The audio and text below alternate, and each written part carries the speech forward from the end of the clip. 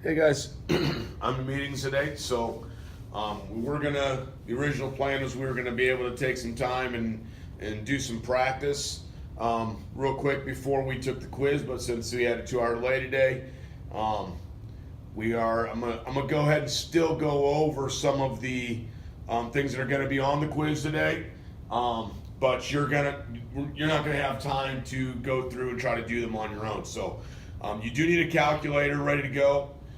That way you're ready for the quiz, but you don't necessarily need a piece of paper out. Again, I'm going to go over the basics here. So pay attention. These are the things that are going to be on the quiz that you're going to need to know. Okay, the first thing is graphing. Okay, what I noticed is when you guys were doing your review sheet on this, there were some of you that were trying to solve these with substitution. That's great, you're going to get the solution, but the problem is that if they're asking you to do this by graphing and you don't do a graph, you're not going to get your points for it. Okay, so let's go ahead and make sure we do this by graphing. So one at a time. Top one, y-intercept's -3.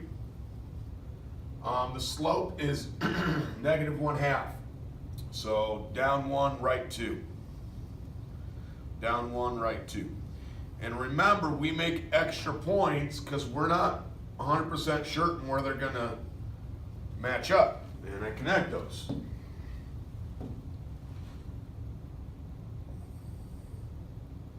Best I can. And then we go on to the second line. Y-intercept's 4.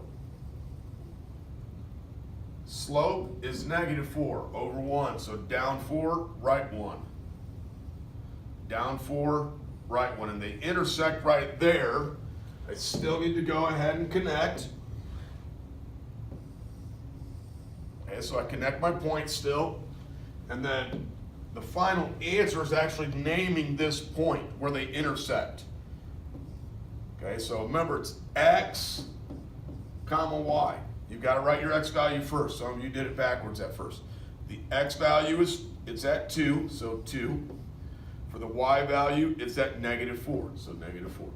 And that would be my final answer. Okay? Just a reminder, this is considered a consistent, independent system. It's consistent because it has a solution. It's independent because it has one solution. Okay? Remember, we have that other terminology. If it was consistent, dependent, it's consistent, it has a solution, it's dependent on the graph. Remember, it was just one line. So it depended where we were at on the line. So it was like both equations in our system were exactly the same in slope-intercept form. Okay? And then the other type, the third type was inconsistent. Inconsistent. And inconsistent basically means there's no solution. Okay, so for no solution, we got to have some parallel lines.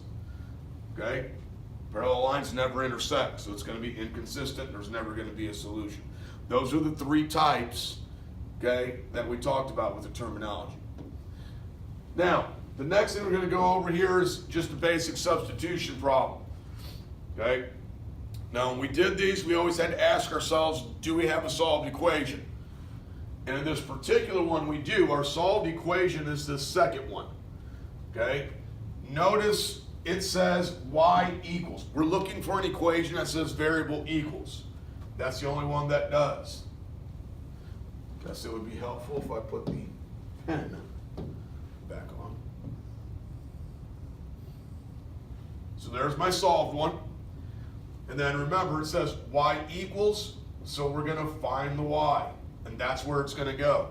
So when I write my new equation, it's going to be -x, I'm going to go ahead and put the 1 on it, -1x minus 2, and then remember the y's out, the 2x plus 5 is coming in, equals 10.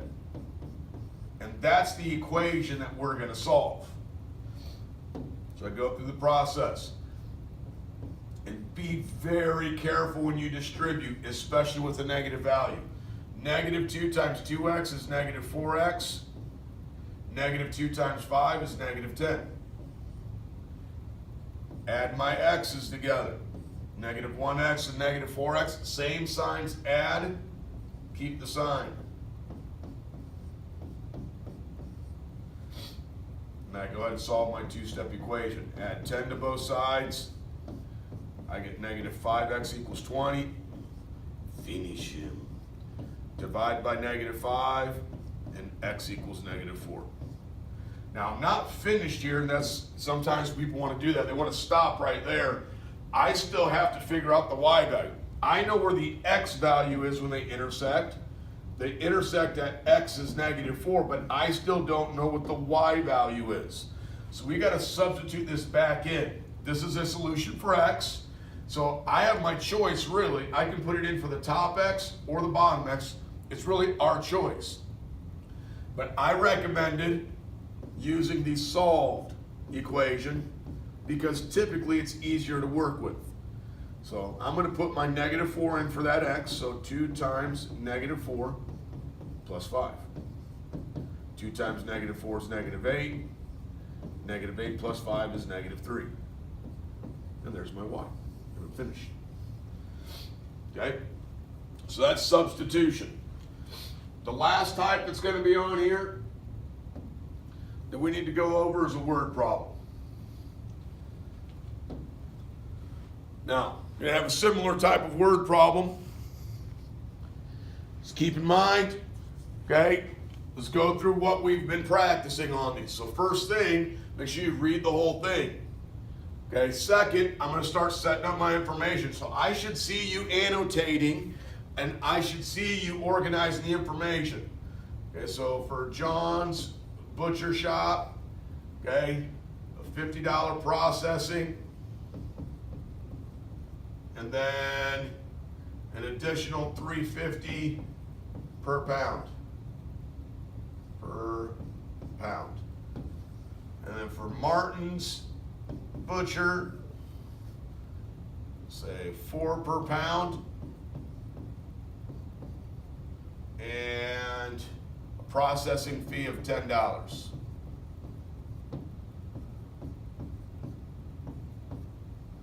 Okay, now I need to decide on variables. My variables, I'm going to stick to what we've been doing a lot. I'm going to use C for my cost, and then I'm going to use P for number of pounds. And I can write my equation. So for John's Butcher Shop, I would have C equals 350 P. Remember, that is a 5. It just doesn't look like one. Okay, it's an ugly 5. Still a 5 though. Plus 50. And then for Martin's Butchering, I have C equals 4P plus 10. Now I have substitution again. Okay? I'm going to solve this. The next part says that how many pounds will they be the same amount of money? Want to know where they intersect on a graph when they're the same. So I'm going to use substitution. They're really both solved. So remember, you just got to decide which one you're making your solved. I'm going to make that one. It's C equals, so I find the C. The C is right there on the left. So when I write my equation, I would have 4P plus 10. And then I have equals 350P plus 50. Equals 350P plus 50. I need to slow down my writing. That's a 5. And I'm going to solve my equation. So get my P's on one side. Minus 350P. That's 0. And then I'm going to minus 10 on both sides. Get those on the other side.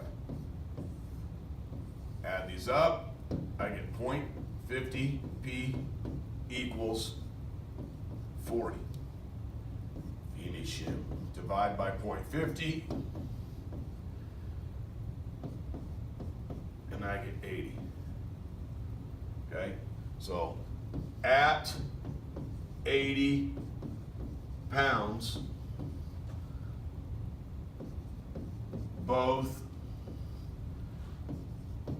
butcher shops cost same amount. Okay? Now, the last part is being able to analyze it. So, if the deer that Steve has is a 110-pound deer, which butcher shop should he choose? Well, there's different ways to do this, okay? But to be precise and algebraic, I'm going to come back to using these two equations. And I'm going to compare their two costs. So, if I want to know 110-pound deer, I'm going to do the two problems. So, for John's Butcher Shop, I'm going to plug 110 in for P. So C equals 350 times 110 plus 50. And I'm going to get that cost.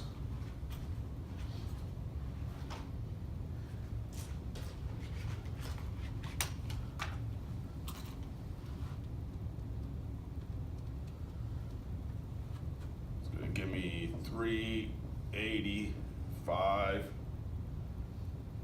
plus 50. And I get $435. Okay, I'm going to do the same thing with Martin's Butcher Shop. Okay,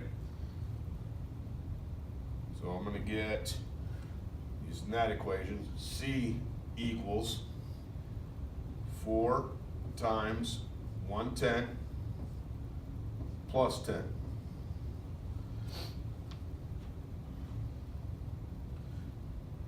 I feel like I did something wrong.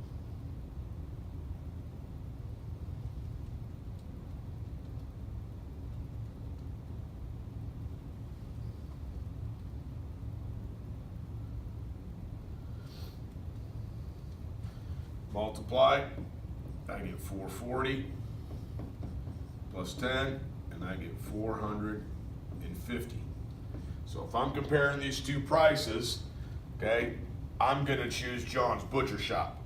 Okay, and in my explanation, I would give, that information. I'd talk about what I did, but that is the cheaper one. It's $435. I'm going to save 15 bucks. Okay. Now, you guys are going to be taking the quiz, so let's make sure that we clear our desks, with the exception of a writing utensil and a calculator. Okay. When you are finished, okay, with your quiz, obviously it gets turned in, you need to start working on Alex. A lot of you need to get caught up on that stuff. Okay. I will be here after school. So those of you that are behind, okay, and we legitimately have today, Thursday, Friday, Tuesday, and Wednesday to get caught up. That's not much when you have two quizzes and we need to do a lot of review. So I will be here. The expectation is that you're here too. Okay, and I've tried to be very, very honest and upfront with some of you that if you're not coming, okay, I'm not sure how we're going to get caught up and pass. So let's make sure we're here. I will be here after school. Okay, but just to make sure we're clear about this, you cannot use your phone as a calculator. Okay, there is a sub today. Okay, they are not allowed to use their phone as a calculator. Their phone should not be out at all. Okay, for this quiz. All right, but you guys have a great day. We will see you after school if you're staying, and tomorrow if you're not.